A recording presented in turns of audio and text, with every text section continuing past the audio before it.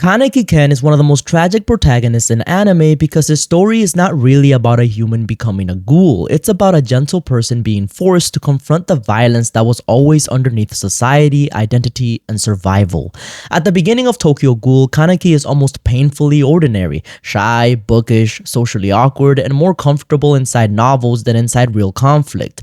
Then one failed date with Rize Kamishiro destroys the boundary between the human world and the ghoul world forever. After a Kakuho transplant, Kaneki becomes the first known successful artificial one-eyed ghoul, gaining ghoul abilities while retaining human consciousness and morality. That premise sounds like body horror, and it is, but Kaneki's deeper horror is philosophical. What happens when your body starts demanding a life your soul refuses to accept? Kaneki's tragedy begins with contradiction. He is biologically altered into something that needs human flesh to survive, but psychologically he still sees himself as human. This creates one of the most painful identity conflicts in anime. He does not simply hate ghouls, he fears becoming one because becoming a ghoul would mean admitting the world is not divided into clean categories of innocent and monster. Kaneki wants moral clarity, but his own body makes clarity impossible. That's why Kaneki is such a strong character. He does not begin as a warrior, he begins as someone who wants to avoid hurting anyone. In a more forgiving story, that kindness would be enough, but Tokyo Ghoul is not forgiving. It places Kaneki in a world where kindness without strength becomes self-destruction, and strength without kindness becomes monstrosity. His entire arc is the struggle to survive between those extremes. Personality-wise, Kaneki is defined by empathy, guilt, and avoidance. Before his transformation, he is passive to the point of self-erasure. He has opinions, desires, and pain, but he suppresses them.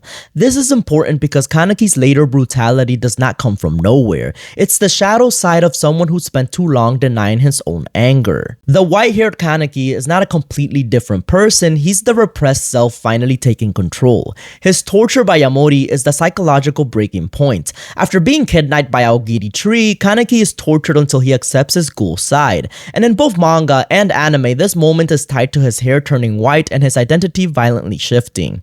But the real transformation is not cosmetic. Kaneki stops believing that suffering can be endured passively. He decides that if the world is built on violence, then he must become violent enough to protect what remains. This is where Kaneki becomes philosophically fascinating. His arc is about the failure of innocence. He begins with a morality based on refusal. I do not want to hurt people. But the world keeps forcing him into situations where refusing violence only allows greater violence to continue. So he develops a new morality. I will hurt those who threaten the people I love. That sounds stronger, but it is also more dangerous because once protection becomes justification, cruelty can disguise itself as love. Kaneki's abilities reflect this identity crisis perfectly. His Kagune comes from Rize, whose Rinkaku type Kagune gives him regenerative power, flexible tentacle-like offense, mobility, and high destructive potential. As a one-eyed ghoul, Kaneki possesses ghoul abilities while occupying a liminal space between humans and ghouls. His power is literally inherited from someone else, which matters symbolically.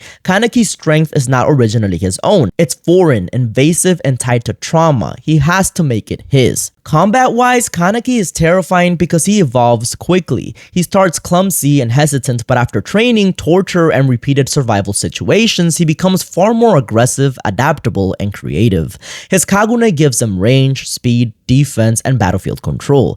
But Kaneki's biggest tactical flaw is emotional overcommitment. He often fights like someone trying to prove he is strong enough to never be helpless again. That makes him dangerous, but not always efficient. A smarter Kaneki would use his Kagune less like a rage weapon and more like a control system. His Rinkaku limbs are flexible enough to attack from multiple angles, defend, restrain, and reposition. Instead of rushing enemies head-on, Kaneki could create layered zones of threat. One Kagune limb pressuring movement, another defending his blind spot, another preparing a delayed attack, and another controlling distance. He should fight like a spider, not a berserker. His regeneration also creates strategic options he underuses. Kaneki can survive damage that would disable humans, but that does not mean he should tank hits recklessly. The efficient version of Kaneki would use regeneration to bait specific attacks, not absorb random punishment. He could intentionally expose a non-lethal opening, force an opponent to commit, then punish them while they are locked into motion. Regeneration should be used as controlled deception, not emotional endurance. He could also use his human intelligence more effectively. Kaneki is a literature student, a reader, an observer. His strength should not come from Kagune output, but from interpretation. He is naturally suited to pattern recognition. If he treated fights like text, reading rhythm, intent, symbolism, hesitation, he would become much scarier. The most dangerous Kaneki is not the one screaming through pain, it's the one calmly understanding what the opponent believes about him and then breaking that assumption. This ties into his relationship with masks. Kaneki's famous mask is one of the most iconic designs in anime.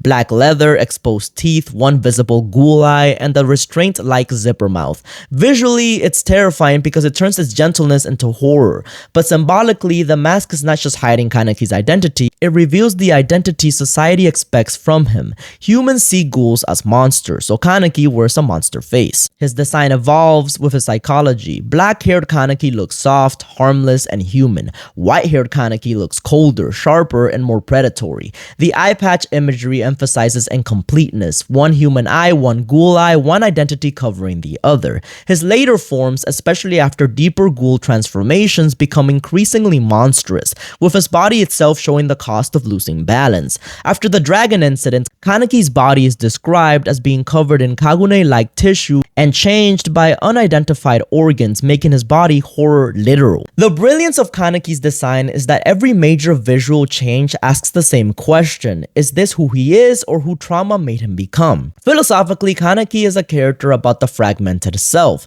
He's not one stable identity moving through the story. He becomes Kaneki the human, Kaneki the ghoul, centipede, Heise Sasaki, the Black Reaper, the One-Eyed King, and more. After being defeated by Arima, he loses his memories and he lives as Heise Sasaki, a CCG investigator and mentor to the Quink squad. This is not just plot complexity, it's the story turning dissociation into narrative structure. Kaneki survives by becoming different versions of himself.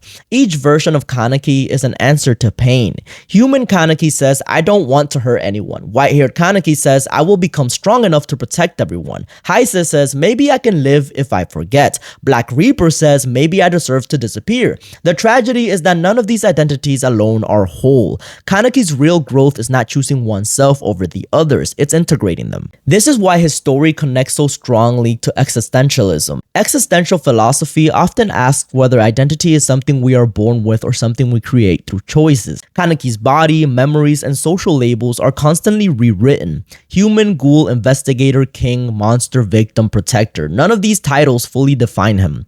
What defines Kaneki is the ongoing choice to keep reaching for connection despite every reason to collapse into violence. His ideals are complicated because Kaneki is both deeply compassionate and dangerously self-sacrificial. He wants to protect everyone, but he often does it by isolating himself. This is one of his biggest flaws. Kaneki repeatedly believes that if he becomes strong enough alone, he can spare others from suffering. But this is not true love, it's trauma wearing love's clothes. He turns himself into a shield because he does not know how to ask others to stand beside him. That is where characters like Toka, Hide, and Anteiku matter. Anteiku teaches Kaneki that ghouls are not abstract monsters, they are people trying to survive. Toka challenges his passivity and hypocrisy. Hide represents unconditional human connection. These relationships slowly dismantle Kaneki's binary worldview. He learns that humans can be cruel, ghouls can be tender, and survival does not automatically make someone evil. What if Kaneki never had met Rize? He probably would have lived a quiet life, but not necessarily a complete one. Kaneki's transformation is horrific, but it also forces him to confront truths he might have avoided forever. His loneliness, his buried anger, his desire to be needed, and the brutality beneath ordinary society. Without Rize, Kaneki may have remained safe, but emotionally asleep. What if Kaneki accepted help earlier? This might be the biggest tragedy. So much of Kaneki's suffering comes from his belief that love means carrying pain alone. If he had trusted Toka, Yoshimura, Hide, or others sooner, he might have avoided some of his worst spirals, but psychologically he could not. Kaneki equates dependence with burdening others. His self-sacrifice is not pure nobility, it's also low self-worth. What if Kaneki fully embraced his ghoul side immediately? He might have become stronger faster, but he would have lost the moral hesitation that made him worth saving. being. His refusal to consume humanity too easily is part of what preserves him. The goal was never for Kaneki to reject his ghoul nature or surrender to it. The goal was integration, to accept hunger without becoming hunger, to accept violence without worshipping it. This is also why Kaneki's power could be used better socially, not just physically. As a one-eyed ghoul, he is uniquely positioned to mediate between humans and ghouls. His existence disproves both sides' propaganda. Humans cannot call all ghouls soulless monsters when Kaneki exists. Ghouls cannot call all humans simple prey when Kaneki remembers being human. His greatest ability is not his Kagune, it's his symbolic position as a bridge. But Kaneki struggles with leadership because he often confuses martyrdom with responsibility. A more mature Kaneki would delegate more, communicate more honestly, and stop making himself the emotional center of every crisis. The efficient leader version of Kaneki would build systems of trust instead of personally absorbing every threat. This one-eyed king role should not just be about power, it should be about creating a future where no one has to become him. In the end, Kanekiken's story is not about becoming stronger, his story is surviving fragmentation. He's broken into human and ghoul, victim and monster, child and weapon, protector and destroyer. Every time he tries to solve that fracture through power, he suffers more. Every time he moves closer to connection, he becomes more whole. Kaneki's greatest tragedy is that he spends so much of the story believing he must become monstrous to protect love.